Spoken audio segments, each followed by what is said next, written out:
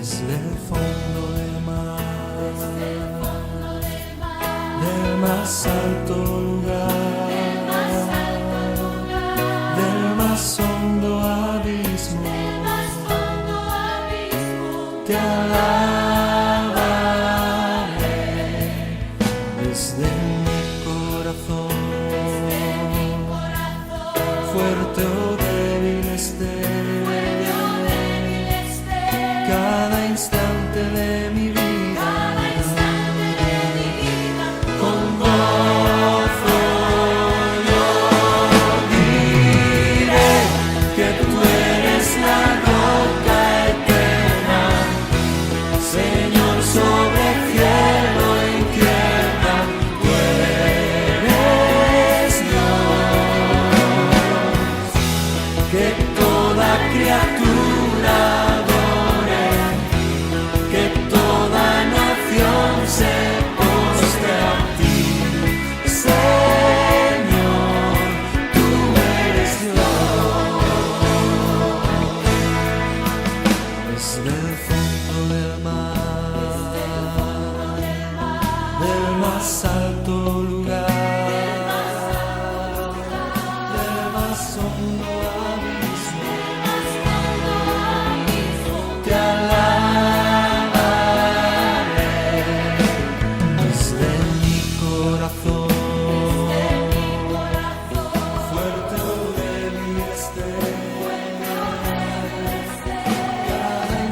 te de mi vida, con gozo yo diré que tú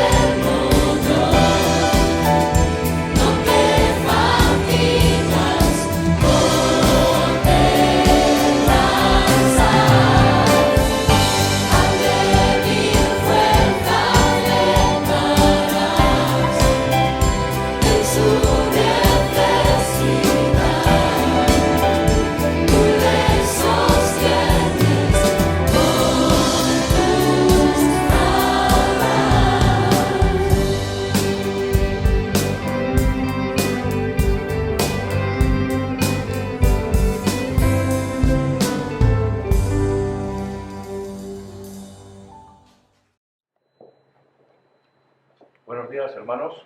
Estamos muy contentos de estar aquí con vosotros, compartiendo la palabra, tanto mi esposa como yo, en esta amada iglesia de Tunís, que también es nuestra iglesia. Antes de entrar en materia, quisiera hacer una pregunta. Quisiera hacerte una pregunta para que la respondas interiormente. Una pregunta muy sencilla, demasiado sencilla. ¿Conoces el nombre de algún profeta bíblico? Voy a quitarme la mascarilla, mejor. Creo que la pregunta es bastante, yo diría, simplona, ¿verdad? Todo el mundo conoce nombres de profetas. Incluso aquellos que no son creyentes, que no vienen a la iglesia ni leen la Biblia, con toda seguridad conocen el nombre de al menos un profeta.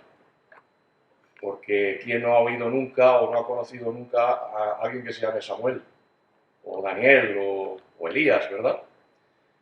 Y los que venimos a la iglesia y leemos la Biblia, pues podríamos decir muchos otros nombres más complejos, o mejor dicho, menos conocidos, como Joel, Amós, Atías, Habacuc, Sofonías, y un largo etcétera.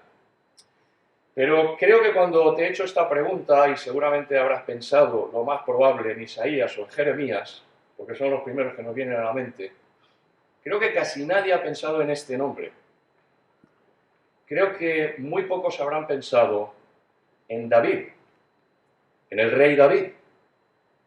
Porque cuando pensamos en David, lo imaginamos por tres cosas, por tres facetas de su vida.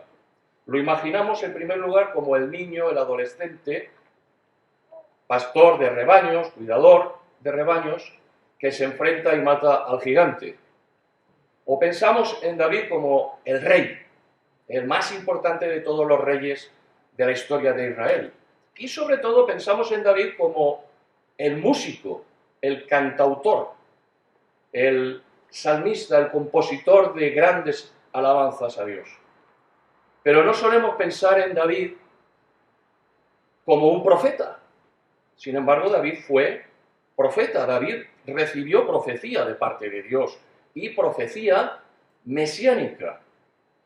Y si alguien tiene dudas sobre esto, solamente tiene que leer en el libro de los Hechos de los Apóstoles el primer discurso del apóstol Pedro, en el cual habla de David y dice, literalmente, voy a leerlo, que David, siendo profeta y sabiendo que con juramento Dios le había prometido que de su descendencia en cuanto a la carne levantaría al Cristo para que se sentase en su trono. Y continúa diciendo, viéndolo antes, habló de la resurrección de Cristo, que su alma no fue dejada en el Hades, ni su carne vio corrupción.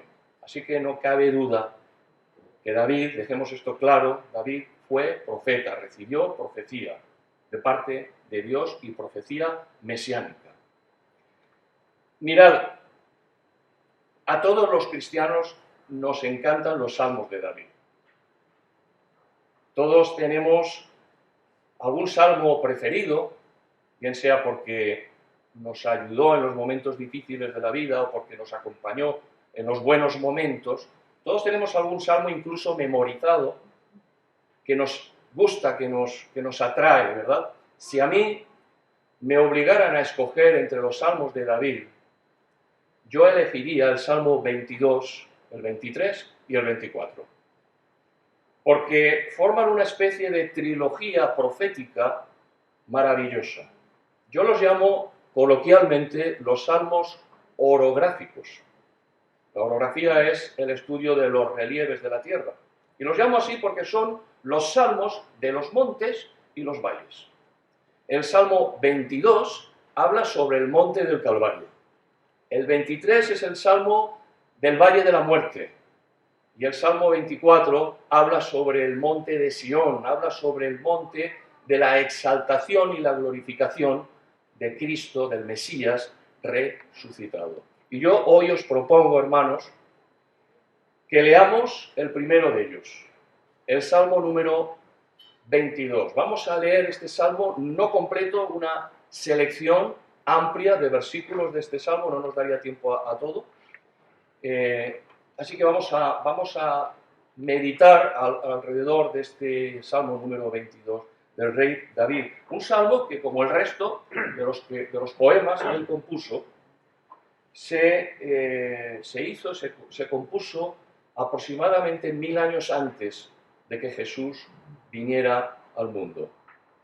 En este salmo, David nos hace una descripción tan detallada de la crucifixión del Mesías, que casi podríamos pensar que él estaba personalmente allí, que él fue movido en el tiempo para presenciar esa crucifixión del Mesías. Tan enorme es la visión que les daba, que no solo describe la crucifixión, también nos da una imagen clara y certera del mundo espiritual moviéndose alrededor de la cruz. Así que, hermanos, os invito a retroceder 3000 años para leer de nuevo este salmo número 22 del rey David, que comienza de la siguiente forma, verso número 1.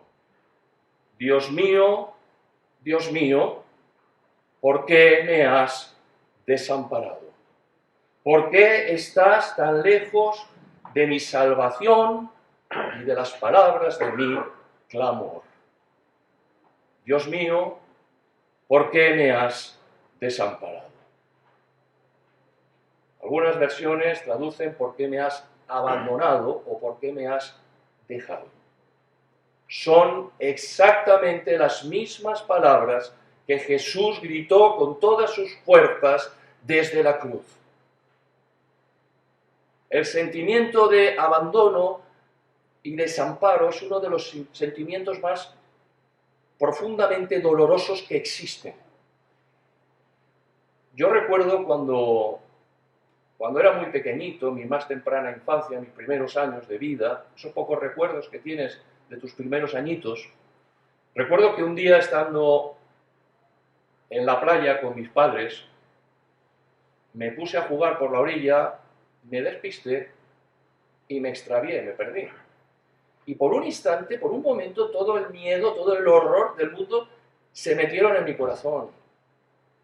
Después descubrí que en realidad mis padres nunca me provocó que Jesús gritara de esa forma, de esa manera. Ellos siempre habían estado juntos, en perfecta comunión. El Padre le hablaba, le escuchaba, guiaba sus pasos, disfrutaban de un compañerismo ininterrumpido desde antes que el concepto tiempo existiera, desde antes de la creación del mundo, desde la eternidad. Y de pronto, esa maravillosa armonía, esa dulce y brillante presencia del Padre desaparece en la cruz.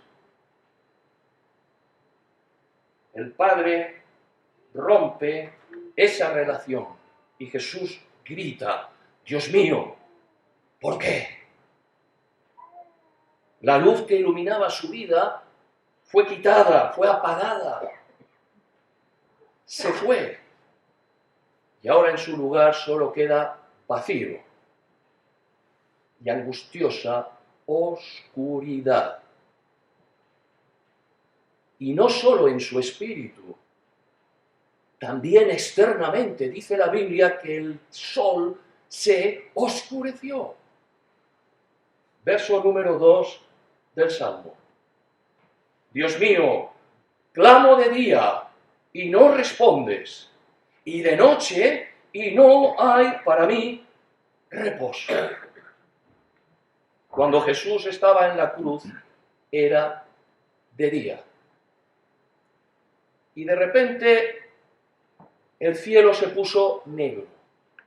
Se hizo de noche. Esto fue un extraño fenómeno natural, pero también fue una declaración espiritual. Era como que los poderes de las tinieblas tenían la batalla ganada. De pronto Satanás y sus huestes ennegrecieron el horizonte.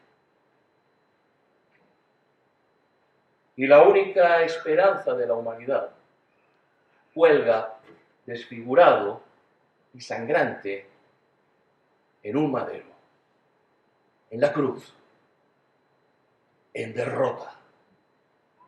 La luz se fue y ahora el futuro es oscuridad total. La pregunta que todos nos hacemos es: ¿por qué el Padre le abandonó? Verso número 3 del Salmo. Pero tú eres santo, tú que habitas entre las alabanzas de tu pueblo. Dios abandonó a su Hijo porque Él es santo.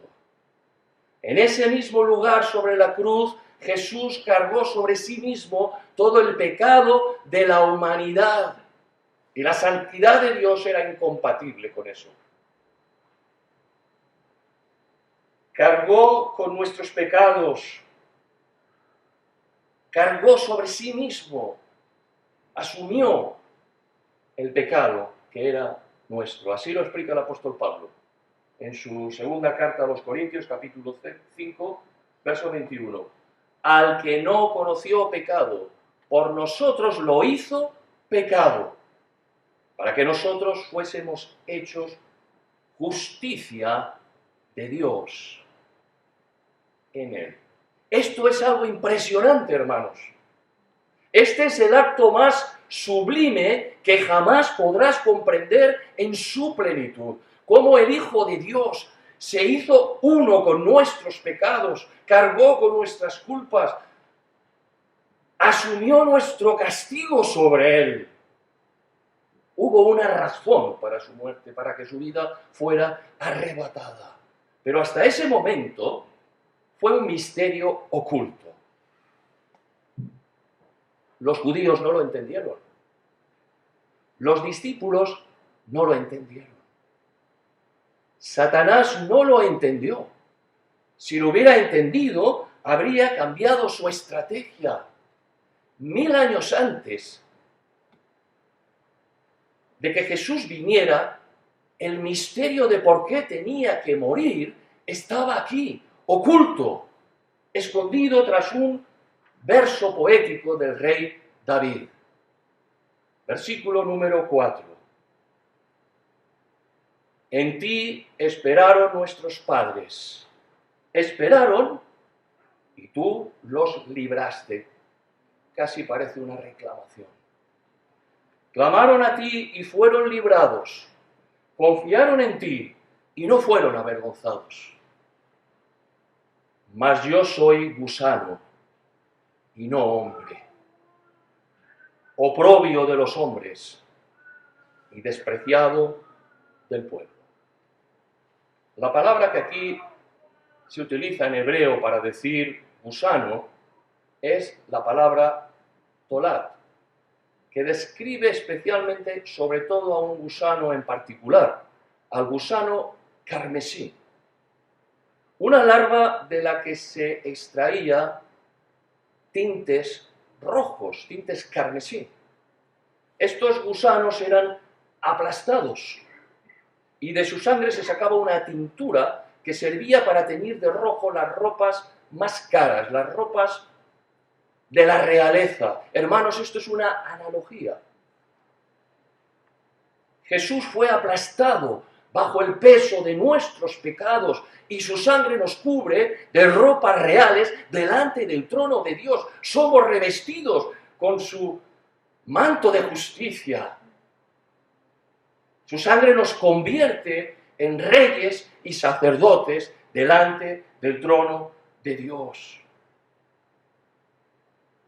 Jesús fue ese gusano carmesí. En eso se convirtió, dentro de este lenguaje descriptivo y poético.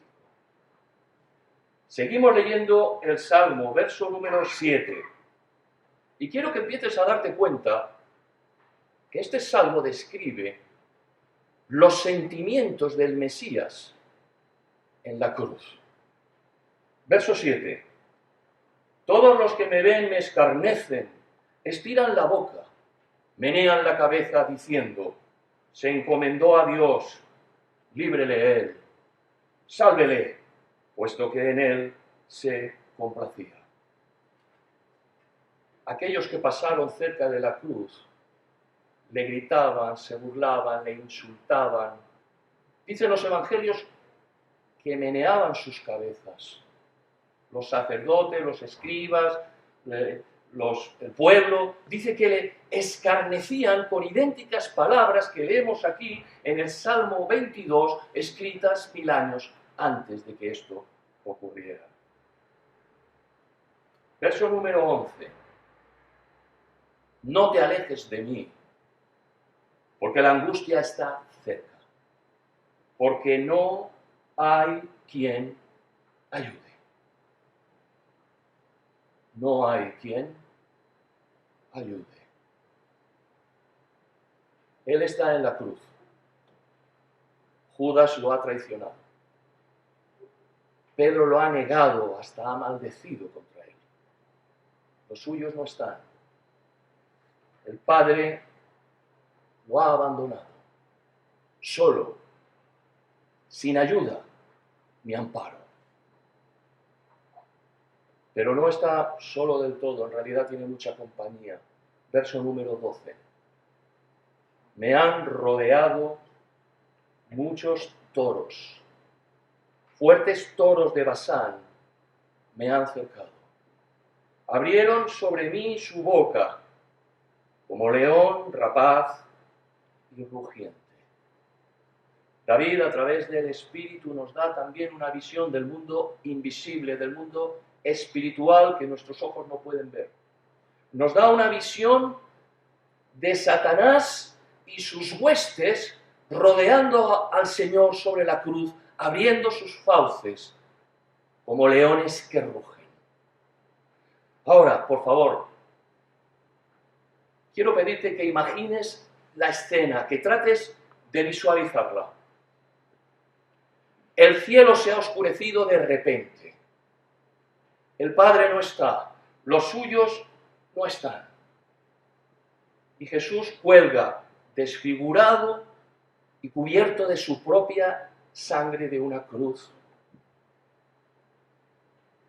Su frente herida, golpeado en la cara y en la cabeza, la espalda destrozada por el látigo, los enemigos gritando, burlándose, insultándole, escupiendo. Pero de pronto otro sonido todavía más cruel llega hasta sus oídos. Satanás y sus hordas gritando como hienas, burlándose. Te ofrecí los reinos del mundo y me rechazaste. Liberaste a los cautivos, echaste a los míos de las personas que yo me había apoderado, sanaste a los que yo enfermé. Mira dónde estás ahora, Jesús. ¿De qué te ha servido todo eso que has hecho? ¿Dónde está tu poder, Jesús? ¿Puedes oírlos, hermano? ¿Puedes oír a los demonios gritando, Jesús, nos reprendiste, nos hiciste caminar por lugares secos? ¿Por qué no nos reprendes ahora, Jesús? ¿Dónde están los tuyos? ¿Dónde está tu Padre? ¿Quién tiene el poder ahora?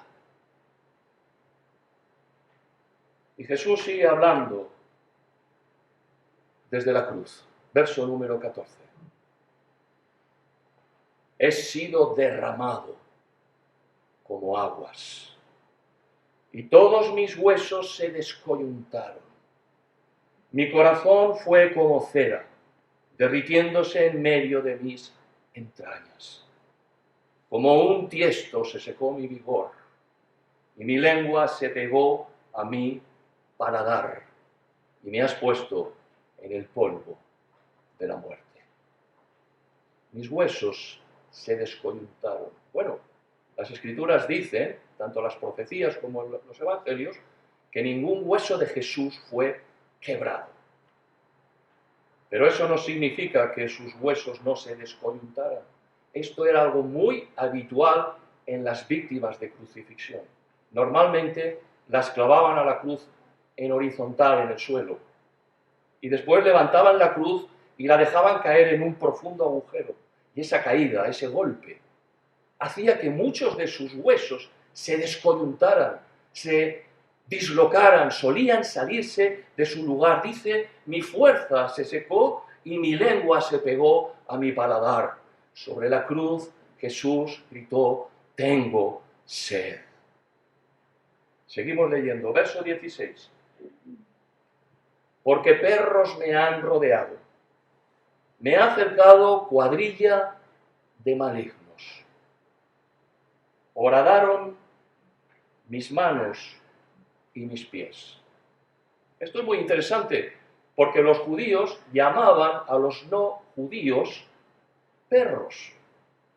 Esto es impresionante. David, como 1000 años antes, hace una descripción de la crucifixión, pero es algo sorprendente. ¿Quién perforó las manos y los pies del Señor? Los romanos. Los perros traspasaron sus manos y sus pies. Y David 1000 años antes profetiza que esto iba a suceder. Verso número 17. Contar puedo todos mis huesos. Entre tanto, ellos me miran y me observan. Repartieron entre sí mis vestidos y sobre mi ropa echaron suertes. Lo desnudaron, se jugaron a suertes sus vestidos y lo clavaron en una cruz, y allí todos sus huesos podían verse. La posición en la cruz expone todos los huesos. Esto es algo que vemos muy claro en la iconografía, en los dibujos y en las esculturas. Todos, especialmente las costillas es lo que más se ve. Todos sus huesos podían distinguirse. Ahora, por favor, contempla la imagen. Sangrando, desnudo, sufriendo. Se burlaban de él, le insultaban. Tanto dolor, tanto sufrimiento. ¿Por qué? ¿Por qué? Esta es la respuesta. Porque Dios te amó. Porque de tal manera te amó Dios, que ha dado a su único Hijo para que no te pierdas y tengas vida eterna.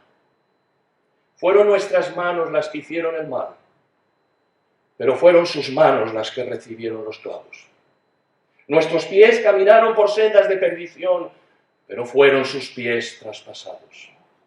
Nuestras cabezas concibieron la maldad, pero fue su frente herida por una corona de espinas. ¿Por qué fue clavado?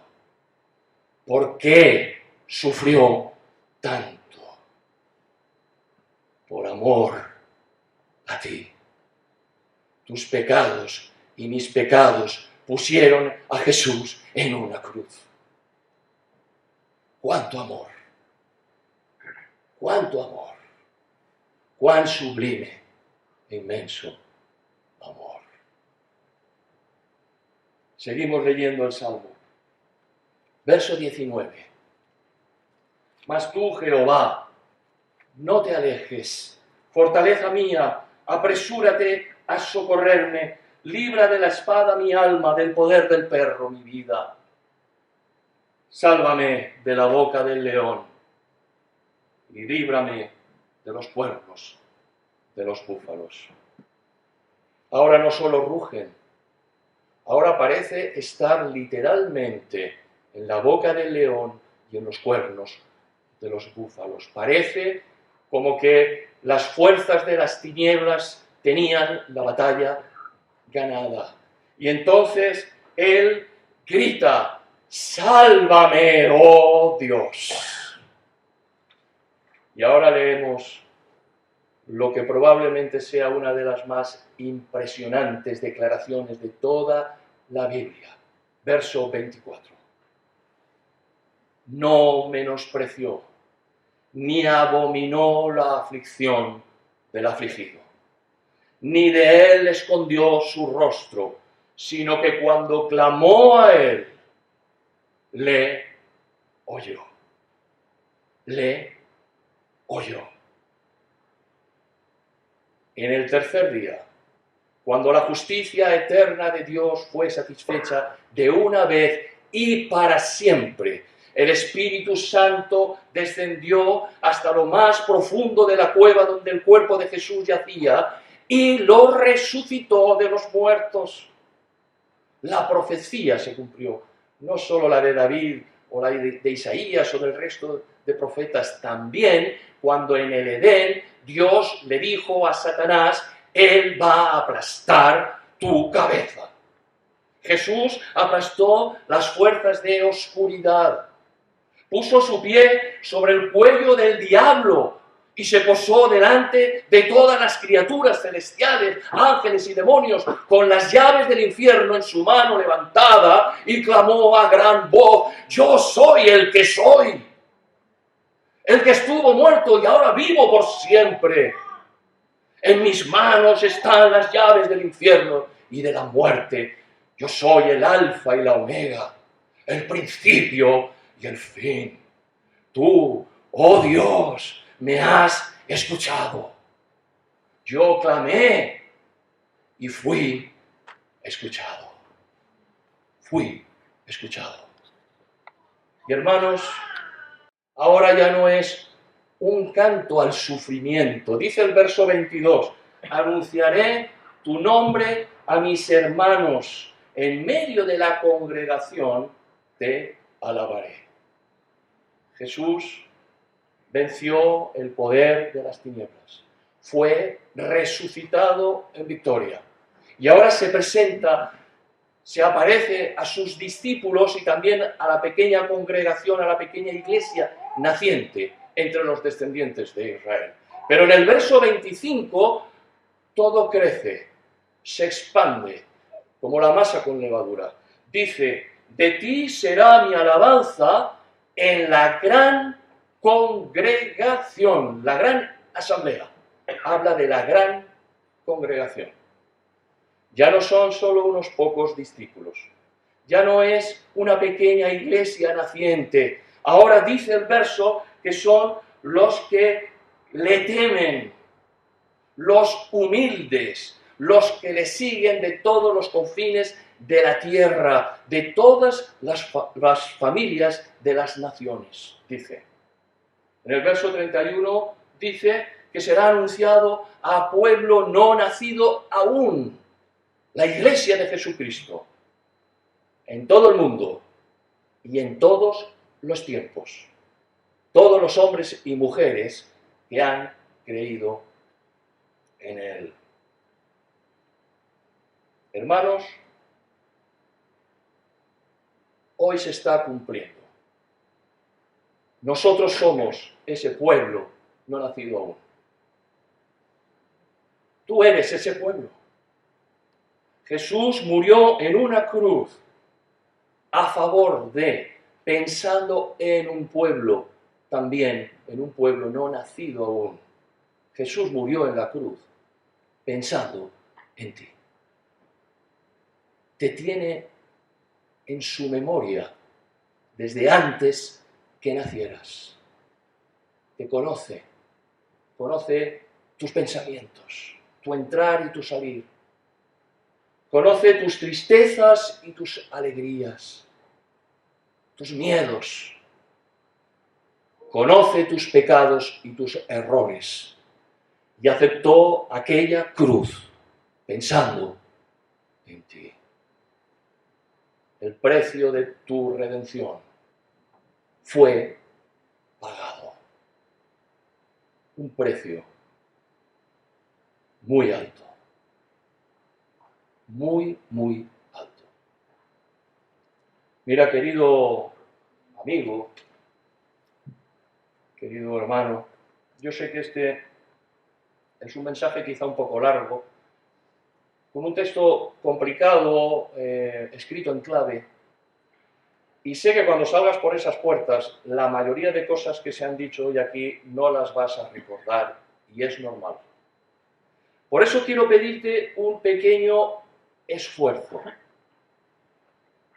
Quiero que al menos recuerdes, memorices una palabra que traigo de parte de Dios para ti, que Él ha puesto en mi corazón y en mi mente. Y que cuando salgas por esas puertas, cuando entres en tu coche, cuando entres por las puertas de tu casa, recuerdes siempre esta palabra que viene de parte de Dios. Despreciar a mi Hijo, a quien murió de esa forma por ti, será lo más insultante que puedas hacer contra mí a lo largo de toda tu vida. La repito, despreciar al Hijo de Dios, a quien murió en una cruz para salvarte a ti, sería el peor error que podrías cometer en toda tu vida y que tendrá consecuencias eternas. El Salmo termina así: vendrán y anunciarán su justicia a pueblo no nacido aún, anunciarán que Él hizo esto. Hoy se está cumpliendo aquí la profecía y en todo el mundo. Hoy te ha sido anunciada su justicia. Su justicia ha sido manifestada delante de ti.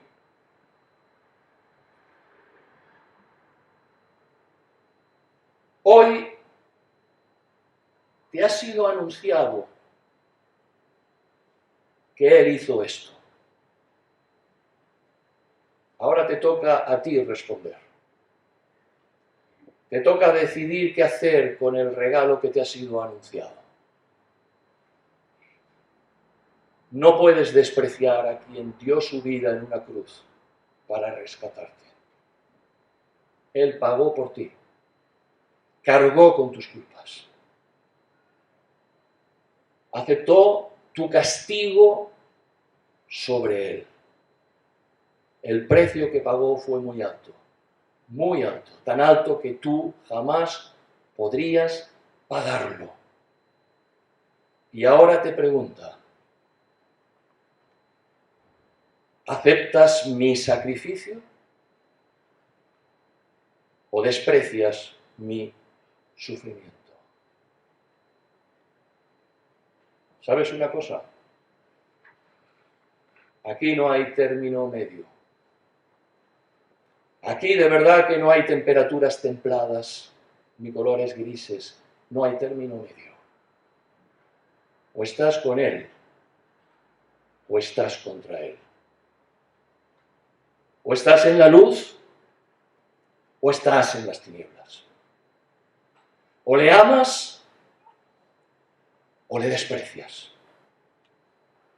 O le sigues o le ignoras. Esta es la pregunta que el Señor te hace. Una pregunta que tendrás que responder y que te perseguirá todos los días de tu vida.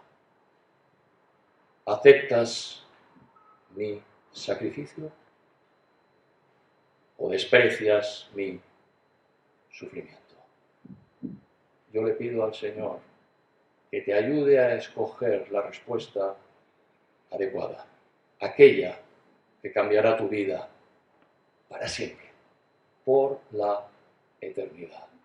Hermanos, que el Señor os bendiga y que bendiga su palabra también.